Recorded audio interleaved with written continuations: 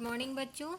आज हम पढ़ेंगे काव्य खड्ड से ललद्यद। ललद्यद कवित्री का नाम है जो कश्मीरी भाषा की लोकप्रिय संत कवित्री हैं मानी जाती हैं। इनका जन्म ललद्यद का जन्म सन 1320 के लगभग कश्मीर स्थित पाम्पोर के सिमपुरा गांव में हुआ। इनके जीवन के बारे में प्रामाणिक जानकारी नहीं मिलती है।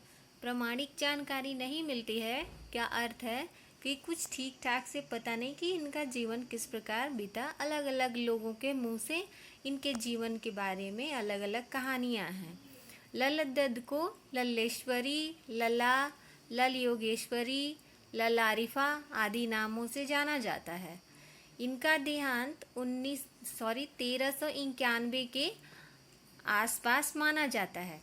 अब आपके मन में यह आ रहा होगा कि आपने इसमें जो कविता पढ़नी है उसका नाम है वाक।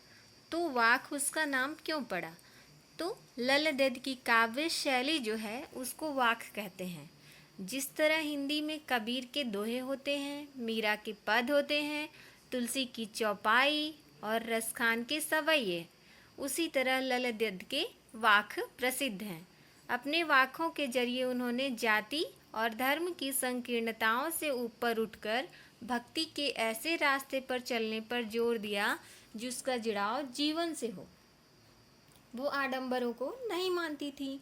जो ऐसी भक्ति जो हमारे जीवन से जुड़ा हुआ हो, ऐसी भक्ति के रास्ते पर चलने के लिए जोर दिया है उन्होंने धार्मिक आडंबरों का विरोध किया और प्रेम को सबसे बड़ा मूल्य बताया है। लोक जीवन के तत्वों से प्रेरित ललद्यद की रचनाओं में तत्कालीन पंडिताऊ भाषा संस्कृत और दरबार के बोझ से दबी फारसी के स्थान पर जनता की सरल भाषा का प्रयोग किया गया है। कौन सी भाषा? सरल भाषा, जिसे हम आसानी से समझ सके। यही कारण है कि ललद्यद की रचनाएं सैकड़ों सालों से कश्मीरी जनता की स्मृति और वाणी में आज भी जीवित है, क्योंकि वे उनकी भाषा को आसानी से समझ सकते थे। वे आधुनिक कश्मीरी भाषा का प्रमुख स्तंभ मानी जाती हैं। तो आइए देखते हैं कि यहाँ पे 4 वाक दिए गए हैं, तो चारों में किस प्रकार बताया गया है। विद्यार्थियों को भक्ति काल की व्यापक जनचेतना और उनके अखिल भारतीय स्वरूप से परिचित कराने के उद्देश्य से यहाँ ललद्यद के 4 वाकों का हिंदी अनुवाद प्रस्तुत किया जा रहा है। पहले वाक में ललद्यद ने ईश्वर प्राप्ति के लिए किए जाने वाले अपने प्रयासों की व्यर्थता की चर्चा की है। दूसरे में ब्रह्माडंबरों का विरोध करते हुए यह कहा गया है कि अंतःकरण से संभावी होने पर ही मनुष्य की चेतना व्यापक हो सकती है। दूसरे शब्दों में इस माया जाल में कम से कम लिप्त होना चाहिए। तीसरे वाक में कवित्री के आत्मलोचन की अभिव्यक्ति है। वे अनुभव करती हैं कि भवसागर से पार जाने के लिए सद्कर्म ही सहायक होते हैं। भेदभाव का विरोध और ईश्वर की सर्वव्यापकता का बोध चौथे वाक में है। ललद्यद ने आत्मज्ञान को ही सच्चा ज्ञान माना है। प्रमुख वाकों का अनुवाद मीराकांत ने किया है। ठीक है, तो आइए हम पढ़ते हैं पहला वाक। तो रस्सी कच्चे धागे की खींच रही मैं नाव, जाने कब सुन मेरी पुकार, करे देव भवसागर पार। पानी टपके कच्चे सकोरे, व्यर्थ प्रयास हो रहे मेरे, जी में उठती रह हुक, घर जाने की चाह है घेरे। तो जैसा कि पहले बताया गया है कि पहले वाक में ललद्यद ने ईश्वर प्राप्ति के लिए किए जाने वाले अपने प्रयास की व्यर्थता की चर्चा की है। वह बार बार ईश्वर प्राप्ति की प्रयास कर रही हैं, लेकिन वह व्यर्थ हो जा रहा है, वह ईश्वर को प्राप्त नहीं कर पा रही हैं। इस वाक में यही बताया गया है। चलिए पढ़ते हैं। रस्सी कच्चे धागे की खींच रही मैं नाव। कवित्री क्या कि आत्मज्ञान ही सच्चा ज्ञान है, अपनी आत्मा का ज्ञान ही सच्चा ज्ञान है। और उन्होंने नाव अपने जीवन को कहा है और कच्चे धागे की रस्सी की तुलना अपने सांसों से की है। जीवन क्या है? नाव। और ये जो कच्चा धागा है वो हमारा सांस है। तो चीज़ें हैं इसमें कि एक जो जीवन क्या है? नाव है। और हमारे जो कच्चा धागा जो है वो क्या है? हमारी सांसें हैं। तो ये क्या कर रही हैं कि मैं अपने कच्चे धागे की रस्सी को, मतलब अपने जीवन के नाव को सांसों की रस्सी से खींच रही हूँ। क्या कर रही हैं कवित्री? मैं अपने जीवन की नाव को कच्चे धागे की रस्सी से खींच रही हूँ। और कच्चा धागा क्या होता है? वो तो जल्दी टूट जाता है। मतलब सांसें कब टूट जाएं इसका कोई अंदाज़ा नहीं लगाया जा सकता। कवित्री का यही है कहना कि कच्चे जो धागे हैं उससे मैं खींच रही हूँ, पता नहीं ये सांसें कब न कब रुक जाएं। जाने कब सुन मेरी पुकार, करे देओ भवसागर पार। अपने जीवन की नैया को वो सांसों की कच्ची डोरी से तो खींचे जा रही हैं। और यह जो नाव है वो कहाँ जा रही है? भवसागर में चली जा रही है। तथा कवित्री भवसागर के पार उतरना चाहती है। कवित्री वो क्या कहती हैं? जाने कब सुन मेरी पुकार। ईश्वर न जाने मेरी पुकार कब सुनेंगे और मुझे इस भवसागर के पार लगाएंगे। भवसागर मतलब यहाँ पे है मोह माया के जाल से कब मुझे मुक्त करेंगे और ईश्वर प्राप्ति मुझे कब होगी, वो सोच रही हैं। क्या कह रही हैं कि मैं तो कच्चे धागे की रस्सी से अपने जीवन की नाव को खींच रही हूँ, अर्थात अपने जीवन को मैं सांसों की कच्ची डोरी से खींच रही हूँ और मैं भगवान की भक्ति में लीन हूँ। लेकिन भगवान न जाने कब मेरी पुकार सुनेंगे और इस मोह माया के जाल से मुझे भव सागर से पार उतारेंगे, भव सागर से पार करेंगे। और इसके लिए वे ईश्वर से प्रार्थना कर रही हैं और कह रही हैं कि वे उनकी मदद करें। बोलते हैं जाने कब सुनेंगे मेरी पुकार, मतलब मेरी मदद कीजिए।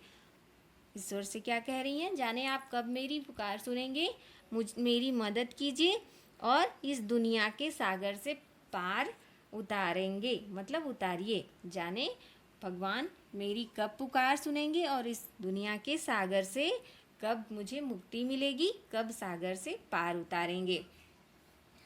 पानी टपके कच्चे सकोरे, व्यर्थ प्रयास हो रहे मेरे।